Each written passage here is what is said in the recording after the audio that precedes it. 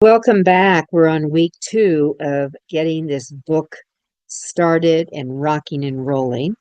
And as I go along, do have wonderful sponsors. Thank you to TogiNet, who have been with us for over 7 years. Yikes, hard to believe.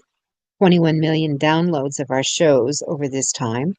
And two of our stable of sponsors. One is Rebecca Finkel of FPGD Design.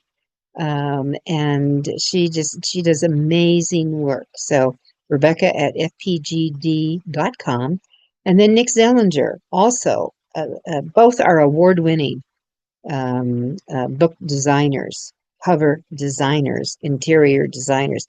Nick is with nzgraphics.com, and you can see their work on their websites. Several portfolios are laid out. You can see covers, interiors, and how they go about it. So I certainly recommend you add them to your must-use list. Now, with that said, I always like to start a show with a quote, and I take it out from my little book. This has over 400 of my kind of quirky quotes in it, but they're good to use to keep you going. So I recommend you get a hold of this little book, How to Create Snappy, Sassy, Salty Success for Authors and Writers. And on page 73, if you want to get good at writing, write lots. If you don't, you won't. Okay, I get that. All right, so that's the tip. And also, during this journey, there's 2 books I want to just highly recommend. When I'm in Barnes & Noble store signing books, if someone says, I really want to write a book, and I said, here are the 2 I want you to get started with. One is my book, The Author's Walk, which is finding and using, not creating, using your voice to create your publishing success. So this one is the book I wish I had had 40 years ago when I started writing. It's not about the craft of writing. It's about your mojo, finding it and keeping it going, and the momentum. The other book I think that is essential to have is How to Avoid Book Publishing Blunders. You're going to screw up. Everyone screws up. We all do it. This will save you thousands of dollars of mistakes. So these 2 babies together, The Author's Walk and How to Avoid Book Publishing Blunders, I highly recommend to you in this journey as you go forward in writing your books, and actually it'll be many books. So authors get stuck in that, and I left it where we were talking about titles and things. I'm going to come back to that, but I want to get into this staging. There are really 9 steps to going from that first word to your manuscript. 9. All right. So, and it's important to get into the habit. There are so many people that have unfinished manuscripts that they just don't get there for whatever the reason is. It just doesn't come out the chute. So here, let's get started. Number 1, how about just writing 50 words to 100 words? Just start. We call that a paragraph. That's a paragraph. Next, let's string some of these. 225 to 250 words. That's an entire page. Now, depending on your chapter lengths, remember, it's short is the thing. We're doing. Create anywhere from 1,000 to 2,000 words. That's a chapter. Now, can you go up to 3,000? Sure, but please, these 5,000 word chapters are just too much for today's reader and the people in their lives and how they operate. We're a bites here and bites there generation. Right now, 4. That's 1, 2, 3. 50 to 100 words.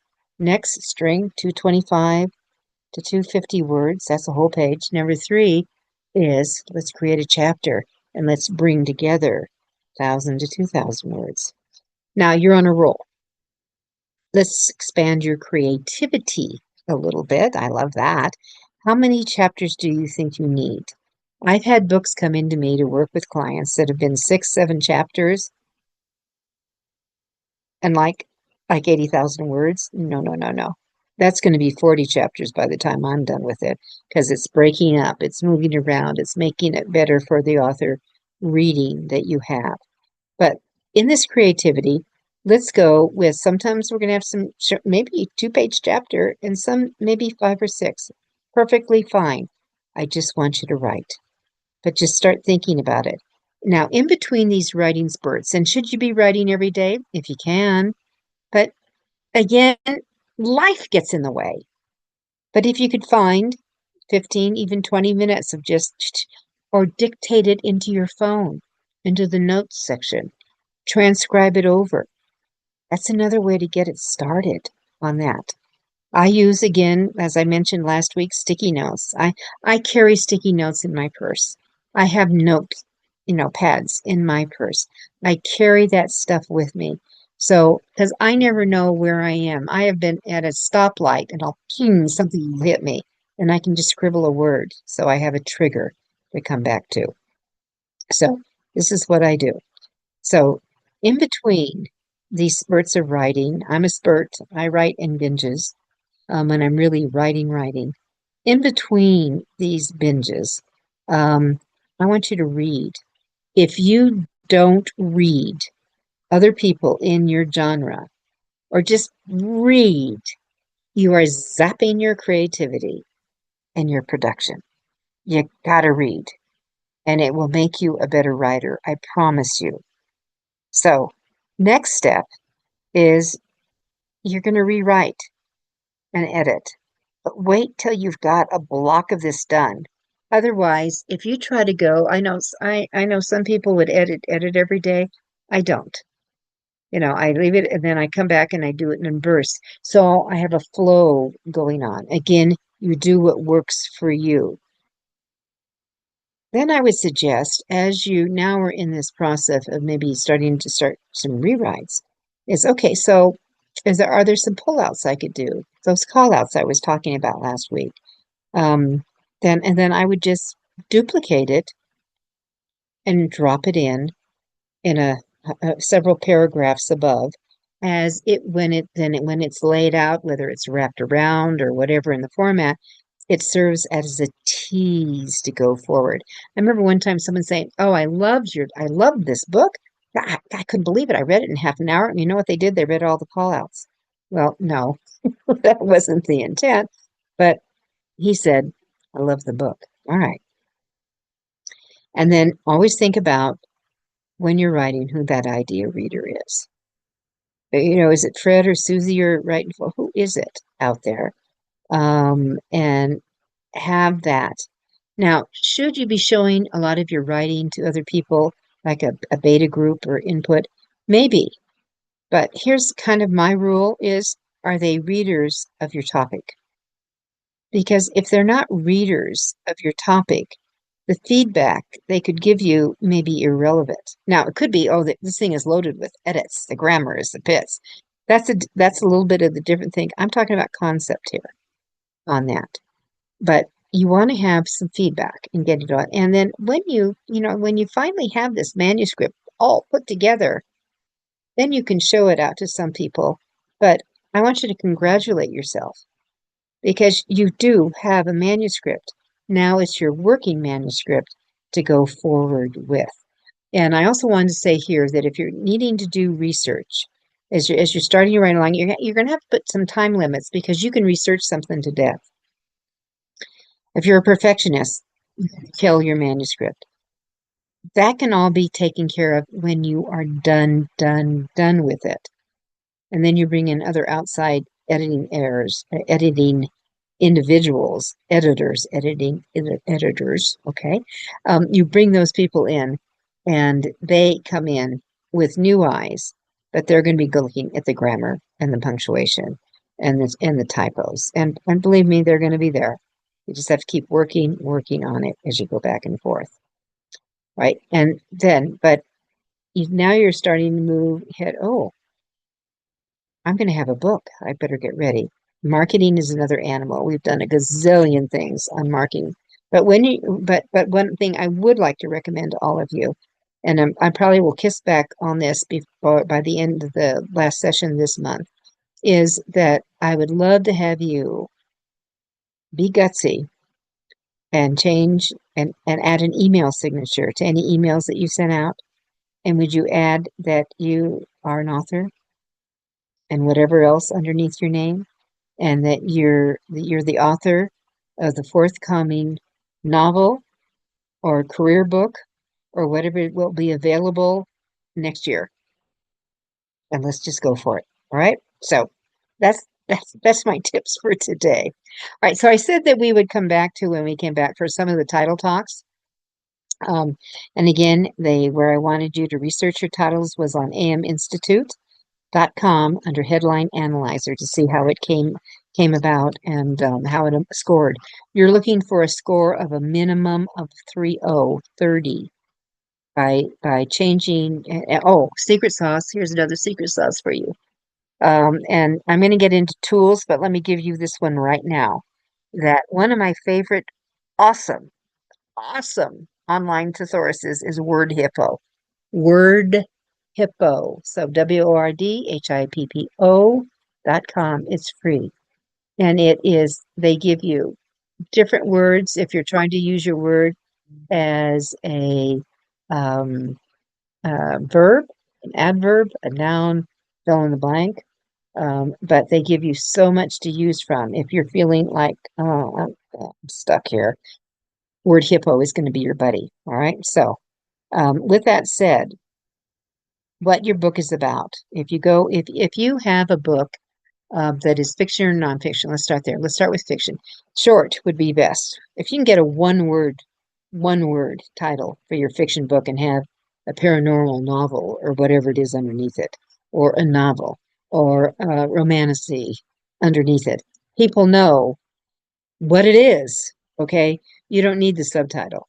Now, on the back cover is where you get into it much more. And I have done full podcasts on how to make a really effective back cover. But title short. And even if you can do it for your nonfiction, couple of words.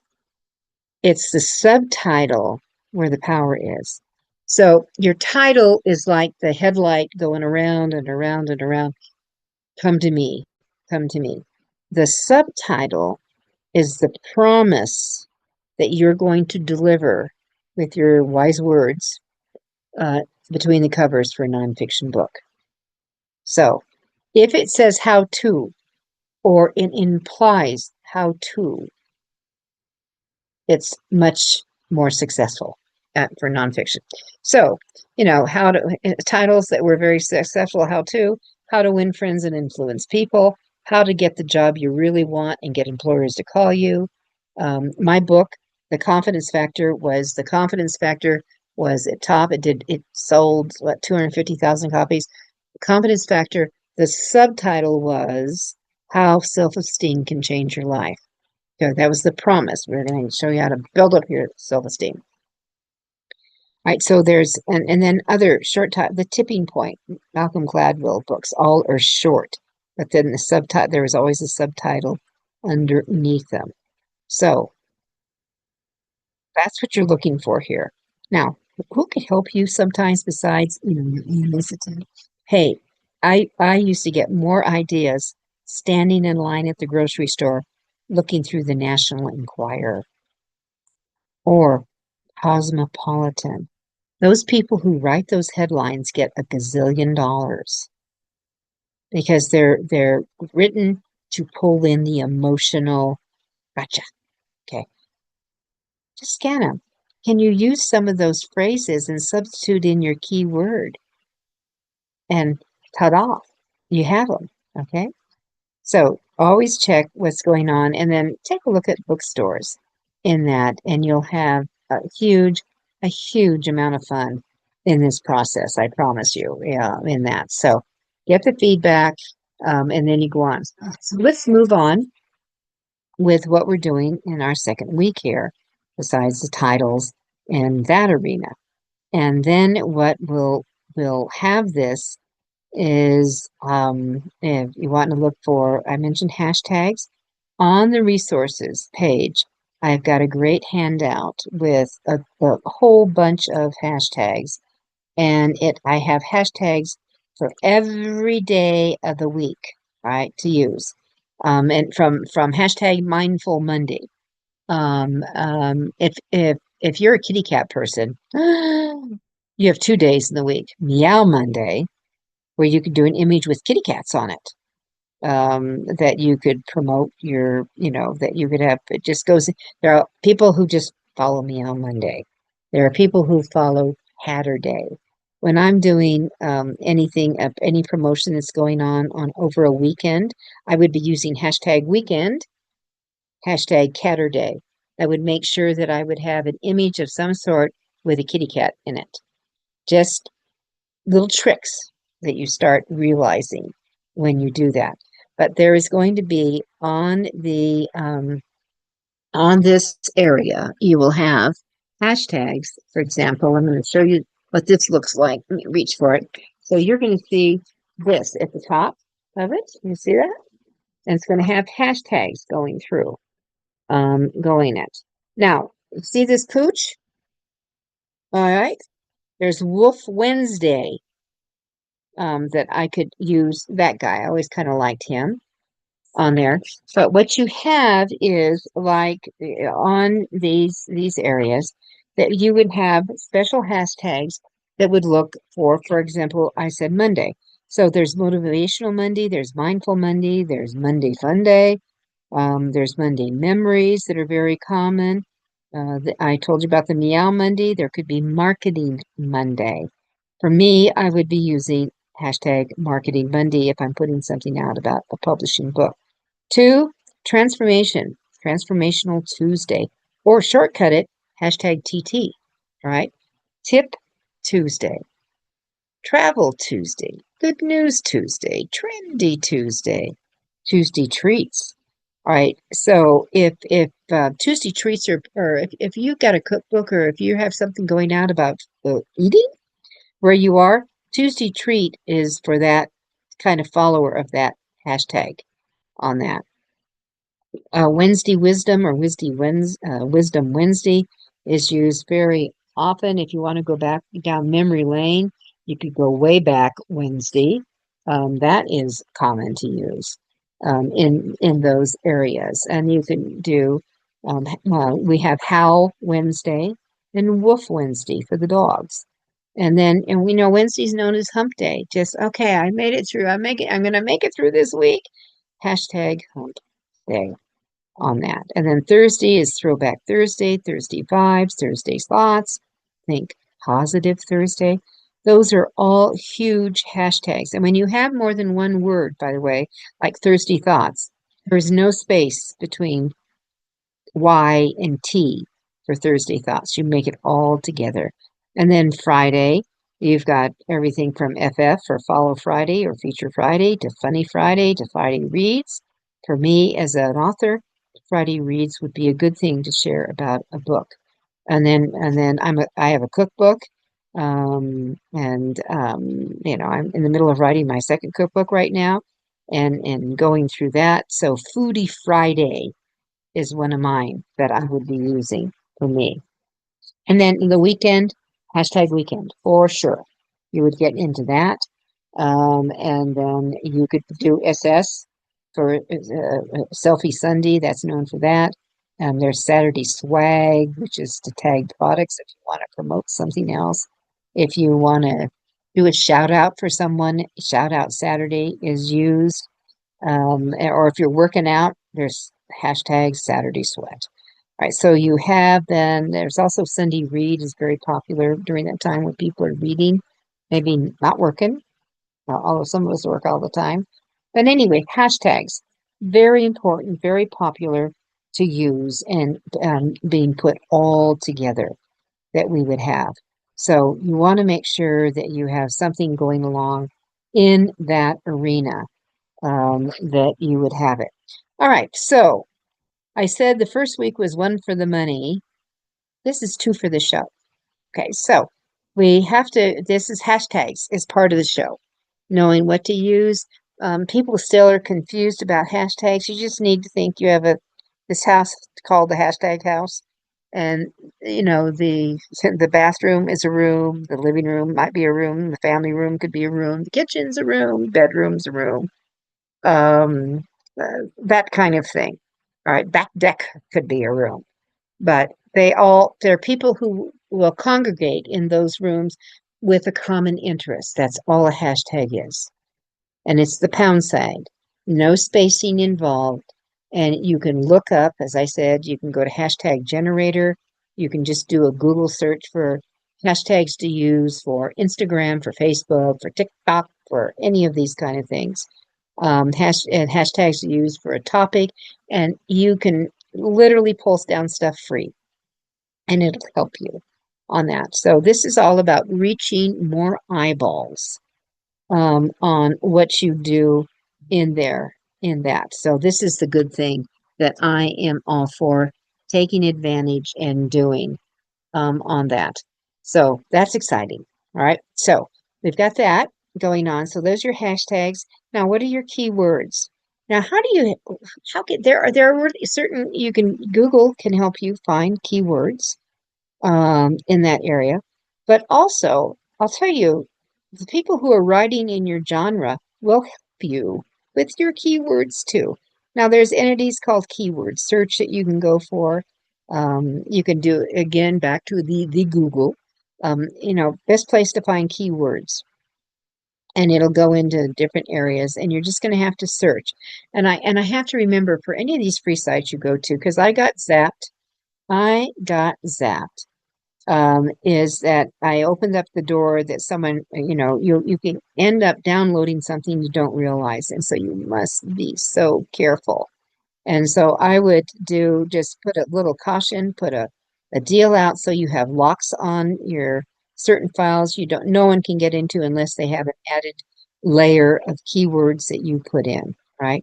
So, but keywords, always important to have to protect your work and to word on and do searching. So let's talk about the search side. That you're writing in a genre, whatever the genre is. Who are the top selling authors in that genre?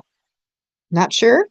Bookstores will tell you, or you can go to Amazon and just do the ask. And remember, when you're doing the search, remove the word all on their search engine on Amazon, that open thing that you use when you're going looking for products, and change it to books. So we don't want to go through pharmaceutical.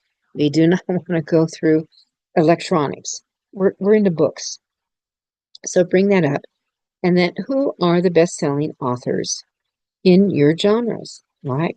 Now, you're going to go back to the Google and put in their name and just put the word website behind it. You want to go to their website.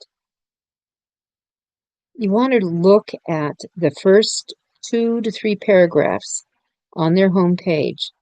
Keywords will be in there. I promise you, there'll be keywords there.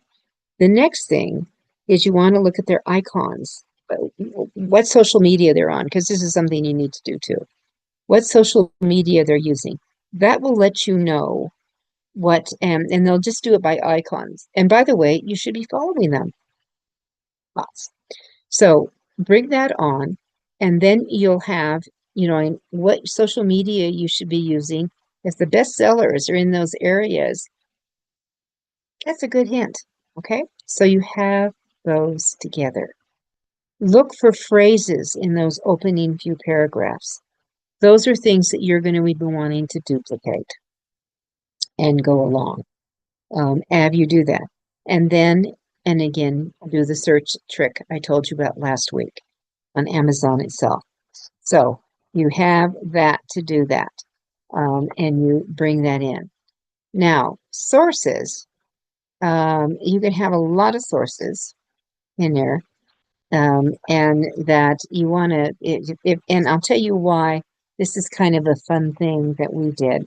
I have a client who writes action thrillers, and his protagonist wears a watch, certain watch, very specific watch. The watch now has become a major character in all his books. In fact, in one of the books, it gets stolen. and it is the storyline going forward. It got the attention of the person, of the company, I should say the company, that creates the watch, that now has become a major promoter of the author. How cool is that? Yeah. So think about if you're going to have anything in there that you concede, it would make sense to do it because you never know. And then those seeds also will happen. Guess what? They become hashtags when you are eventually doing marketing and promo it's going on and what you have. So that's what I'm after as I go back and forth here. As we're looking at things that you can do in this area to make you snap, crackle, and pop, which is what I'm after. Highlighter. Now, if you start doing, and I do this also when I'm writing, when I did interviews of those kind of things, what I would always give a free book to someone I'd interviewed as part of my thank you to them. But I would take the sticky note on the page that they're on. So they would go right there because guess what? They'll become marketers for you because they'll tell people that you are in the book, which is very cool on that. So you might want to just those little things as you get them all, and you move forward with there. Now let's. I want to since we're writing, is there a book in you that we're doing this in that? I also think it's a good idea to do when you're doing your writing. If you're doing any searching at all with this, that and you need to do more. A lot of times this is where an author can get stuck. They'll stop writing because they have to go out and research this. No, you don't. Find a code that you can put in, and I actually use quadruple X. And I just put in an XXXX and I highlight it in my copy. And then I just keep on writing.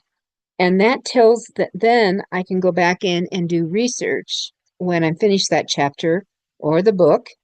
And I can go to all the X's and now finish up the research that needs to be done to support them, as I have that.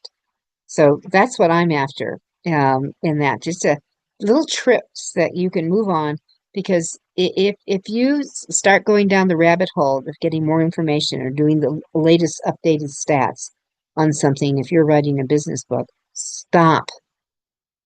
XXXX. You can come back and do the final that and then add it in. So it's current because if let me tell you, if it's going to take you 6 months to write your book or even a year to write your book, and you're putting in stats that you found today in that year, they're old. XXX, and then you can come back and do that, going it in on that. So the other thing is that you need to, I think in this writing process, like if you came in my office and, oh my God, there's paper, there's piles, there's stuff, it's me, all right? And I have certain things I need to have around me and doing it. And as I'm taping this show for you at the last show that I'll be getting into, or the show that I do next week, which will be some of the tools. There is a pile of books I want to show you. They're written by others that are just awesome for writers, but it's sitting on my desk to my left, just because I could put them. They really belong on the shelf behind here, but I just need to have them out because I am a visual person and I got to see it. Otherwise, if it goes out of sight, out of mind, I'm in trouble. All right. Everyone works differently.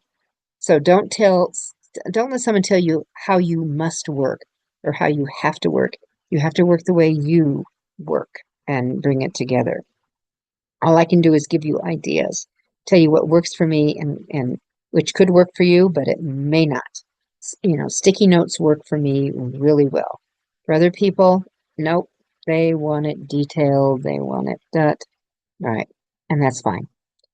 All right, so as we go into this, let's talk about now chapter building, which is always way fun to do on this. And on this chapter building, that as we go forth, that you have a variety of things that you're going to have. I started you with a storyboard.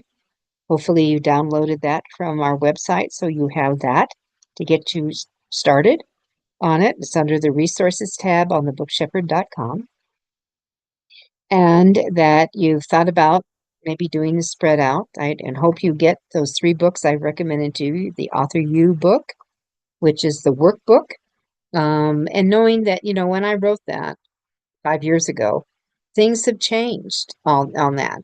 There's some of the sites I refer to, they're gone, or they're altered, or they've lost their power play, let's just say. Or like Twitter changed its name to X. So you just read over that and through that. But the core, the activities, there's 22 activities in the AuthorU workbook to get you through this whole thing.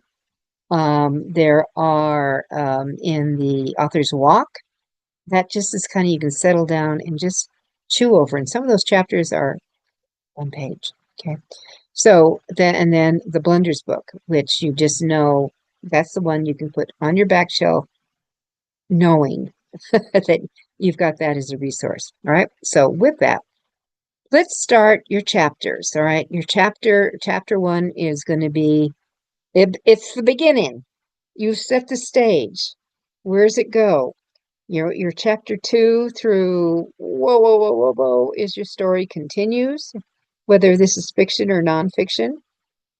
And your last, my final thoughts, my final words, the epilogue, 2 to 3 chapters of your closing, as either a wrap out. Epilogues are often wrap up of a storyline in a fiction book, where the final thoughts, final words would be, okay. I used to say, that's my, go forth and multiply. Let's put this all into action for my fiction, my nonfiction related books. So each chapter, as you go through here, is going to start that they've got to have some power. Your sentences have got to have some power, whether it's in the story. It could be as simple as Kyle is frustrated. Okay, so that would be a business book, possibly. Could be either way, but for that particular line, it comes out of a business book. He's a new manager. All hell is breaking loose. This reorganization after reorganization. The virtual, fields are taken over. The cyber land is crazy. People are working in all kinds of zones and times. The man's exhausted and he's frustrated. So, started off with something that sets the stage, so you are bringing your reader into it. Now, you don't have a lot of time to make that happen. There was a librarian I had interviewed years ago, and she had a rule on how much time you should really give a book. And the younger you are, which I think is like an oxymoron today, the younger you are, you have to have more patience with it to develop. The older you are, you don't have to on that. And she would take the number 100 and just subtract the number of years you are, and the balance, the remainder, is how many pages you should give a book before you just say, I've had it. This is so not worth my time. All right. So for those of us who have the whitey gray hair, we get to close the book a lot shorter. And the kiddos are going to hang in longer. The reality is, I don't think there's few people, in my opinion, that are going to hang in if a book just doesn't pull them in pretty quickly into the game. So your first 2 to 5 sentences need to have some power and pop to them, whether it's a startling stat, whether it's the setup of the story that is to come. You want the reader to be thinking, oh my God, tell me more. He or she is writing about me. They know me. Oh, this is my neighbor down. Oh my God, this is my father she's talking about. I need this information. Well, this confirms everything I've thought for so long, and no one wants to talk about the elephant in the room. Right. That's what you're after with those first few sentences. I'm thinking 2 to 5, 2 to 5. Bring them in. Now, you can go on for a nonfiction book. You can go ahead and dangle. And you can tell them what's coming within the chapter. You can tell them what they're going to learn. You can tell them what tools you're going to reveal. But you got to pull them in from the get-go. And if you don't do it, we're in trouble. We're in trouble, truly, from the beginning of this deal. So that's what you're doing as you bring them along in it. And you're just writing, writing, writing. Now, you might want to, if you haven't started doing something like this, you might want to consider some writing prompts to get you going on it. And I don't know if I have that easily available, but I have it like a grid. I'm going to put, I do have it right here.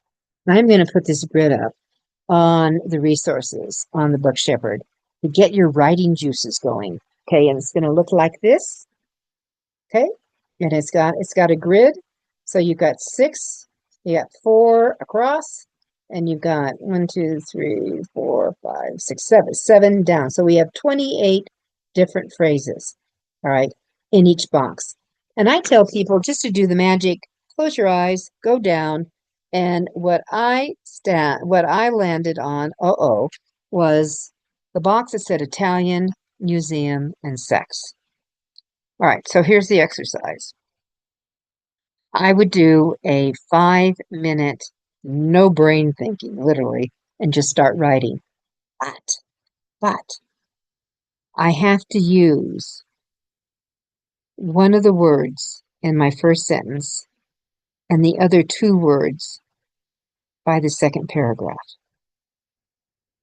And you never know where this is going to take you on that. I had other boxes said car, roadway, speed, author, book signing, location, technology, smartphone, crash, mountain, roar,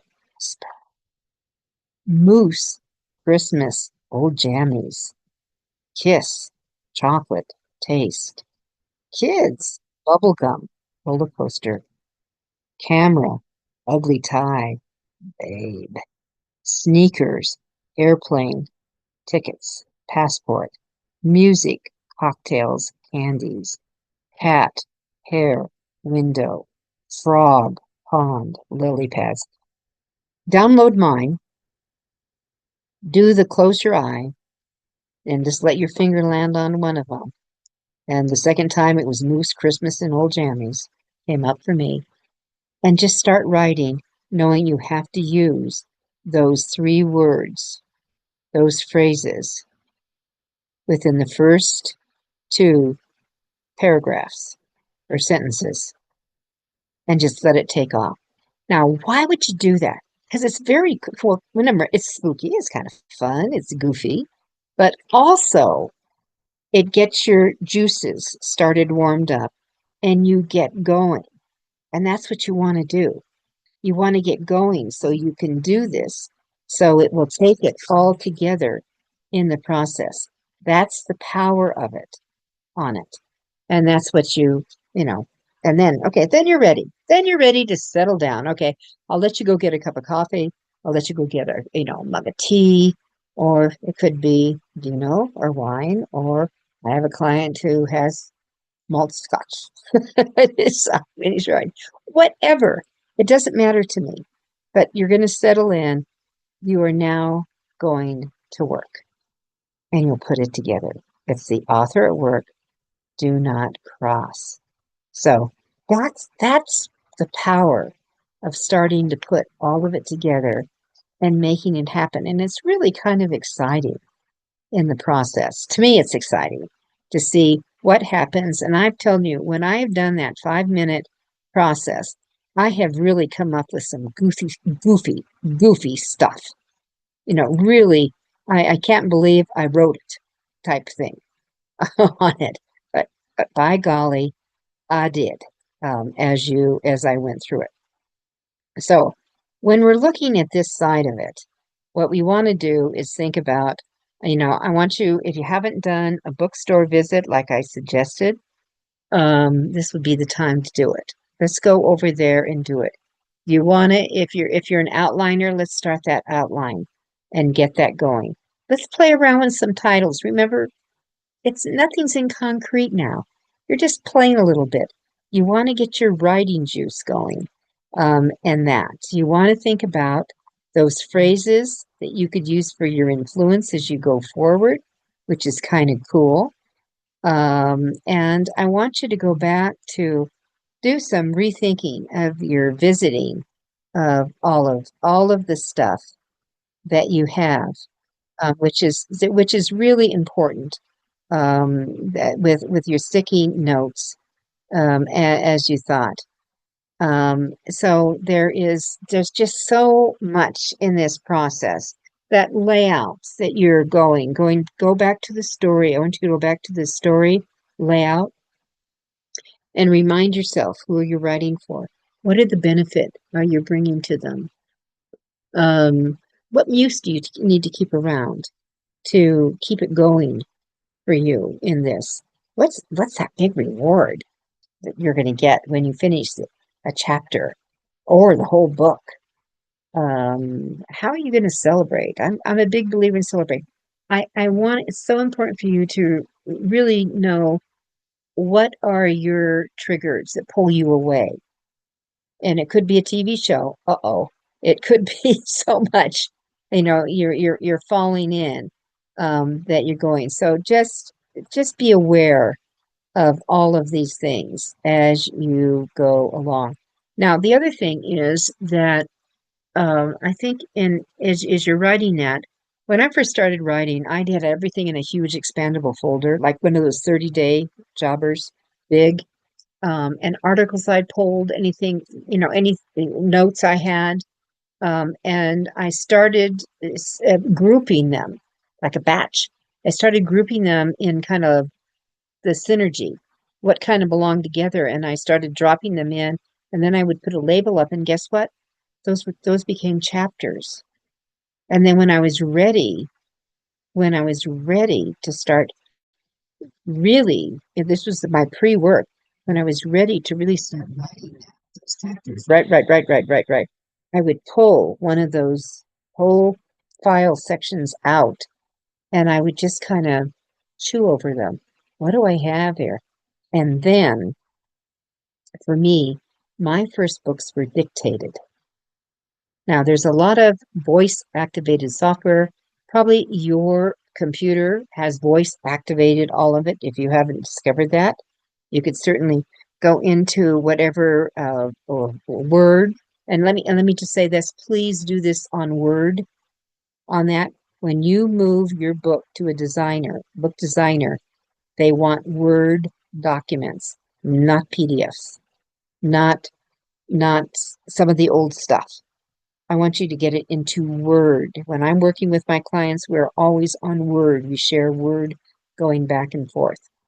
And that you have that on it, and then you can do, so what's your latest version of Word? What have you got on it? And see, and then on your computer, just do the ask of that. It'll tell you what your voice activated is. You can buy voice activated. I used something called Dragon Speak when it was really new and early in the process. Now it's had many generations, evolutions. In fact, a lot of times if you're in a medical office and you'll see the doctors dictating, there is special versions for medical that goes right in, that they can shorthand and do all kinds of goodies. You can do that too. But that's the way I dictated. Now, here was the plus. When people bought my books, or I would talk to buyers of books later on, they would say, what I really liked about it, it was like talking to you. So when you're dictating, you have this plus, but I want to give you a warning here that one of the mistakes you do with any dictation program, And again, there's others out there. I just use Dragonspeak. That when you are dictating, if you are watching your computer screen, which is common, while you dictate, because it's kind of fascinating to see all this stuff, how your words come out.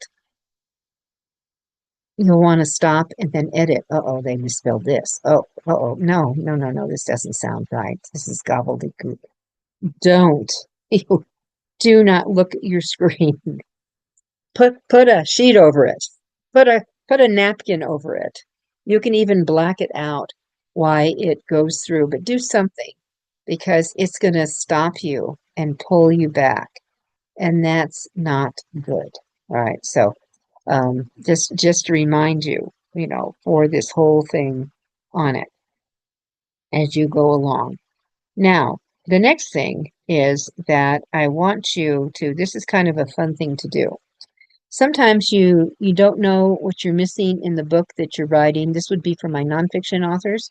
You don't know much, so I want you to go, and fiction people too. So let's go to the Amazon, back to the Amazon again.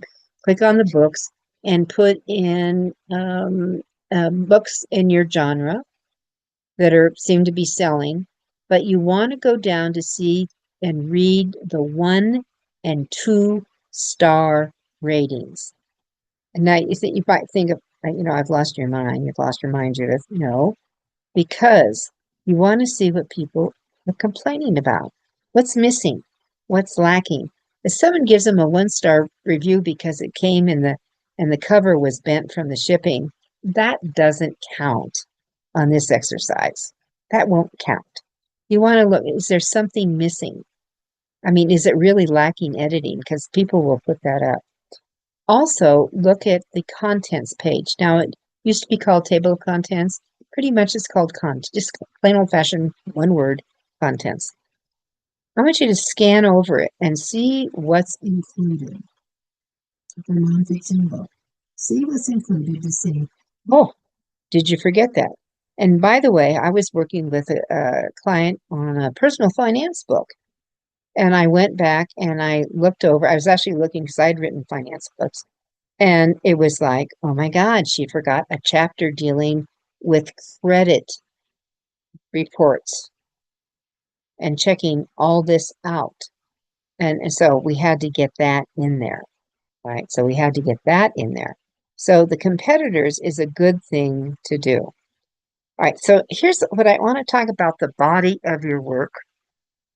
So your body of your work is going to have stories in it, fiction and nonfiction. Your fiction is one giant story. Nonfiction needs stories too. Nonfiction needs to have bullets. They need to have some kind of a call out. Most likely they'll have images and art. Fiction could have images and art. Nonfiction would have tips, to-dos, kind of your thoughts. All right, so your body putting this together for the fiction is going to be just your story. But remember, you need to have conflicts. And conflict is like a roller coaster. There could be multiple conflicts. And that if you're going to bring them up and then, oh my God, crash, we gotta get some resolution in here or something to get it resolved so you can move your story on. And remember, if your chapters are not moving your story, get rid of them. Doesn't mean you shouldn't write them, but sometimes, or maybe there's something in it that will go to the next one in that area. So just remember that. Now, a lot of times people will say, oh, that we need to have, I need to have a foreword. No, you don't. Not necessarily. And remember, you don't write the foreword. A lot of people get confused with this. You don't write the foreword. Foreword is written by someone who is well known or an expert in their field. It could be fiction or nonfiction. Someone giving you kudos. It's a kudo thing. And it's written by someone else who has recognition. It's not going to be from your neighbor unless your neighbor happens to be Stephen King. And then you might want to take a little line out of that, make a blurb and put it on the back cover. So that you will have, the structure of your book. Will have your front matter, your title page. It could be a half title page. There could be a dedication, either types of books. You could have a foreword, possibly. You could have a author's note. All of those things I want to see in front. If you have people, if you're a returning author, or if you have people who are well aware of your work and have given you gazillion kudos, you could have praise for author John Smith's work or praise for other works. It's very common to see from the big sellers that they will have several opening pages of any book, and then by title blurbs that people have given on those things. At the back of the book, which we call the back matter, you could have, this is about the author, how to work with you, how to create a gratitude or acknowledgments page. You could have endnotes in there. You could have a bibliography. You could have resources. You could have, any in your index. That would all go into the back. Now, one other thing for my fiction authors, I would love it if you could do a shout out for your next book, a shout out for your next book, and put that together, right? And bring that all up so that they get a little tease of maybe a gifty chapter that would come through. So I think it's all of this, we come together as we put it here, and you're thinking, okay, can I do it? Yes, you can. 80% of people think they have a book in them. Should they let it out? No, maybe not, but certainly a lot of them in the process can get it out and make that happen. And that's really what you're after for that kind of area, and that you want to have it so it's a good experience for you, and that you can keep going on it.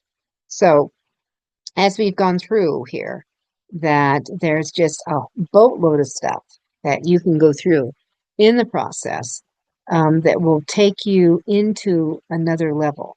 The competitors are out there.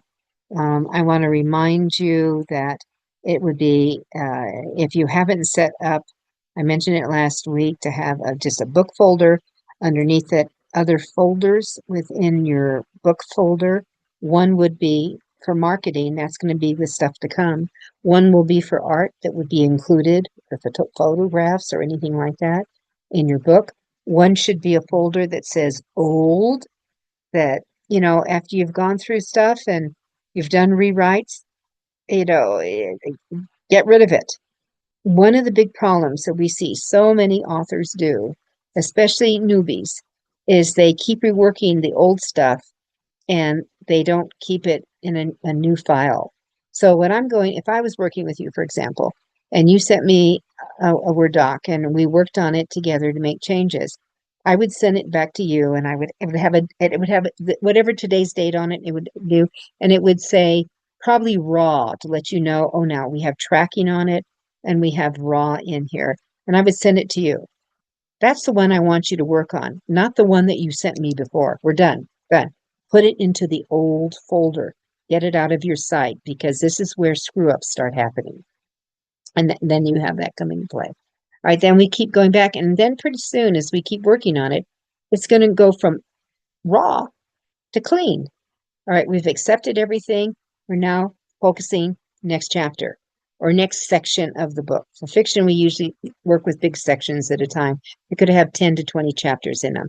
Usually nonfiction, I like a chapter at a time and move it aside, out of sight, that I can refocus on that. And that's what I'm trying to keep you focused here on that. You're also going to have a folder that will have for final files. Now, final Word document files, those are ones that you're going to send, that have gone out for editing and they've come back. We're all done with that. They will be sent to your designer. You have a book designer. They will be sent to someone like Nick Zellinger or Rebecca Finkel. That's where they will go. And that would make a huge, huge difference in the process.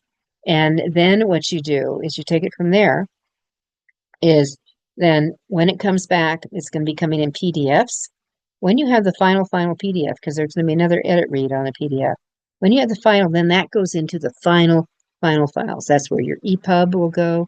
That's where your cover art will go, and that's where that is. It's a lot. It's a lot, but this will keep you safe. All right. With that said, more next week. This is Judith Briles. Happy writing and keep on writing. Promise me that you'll do that.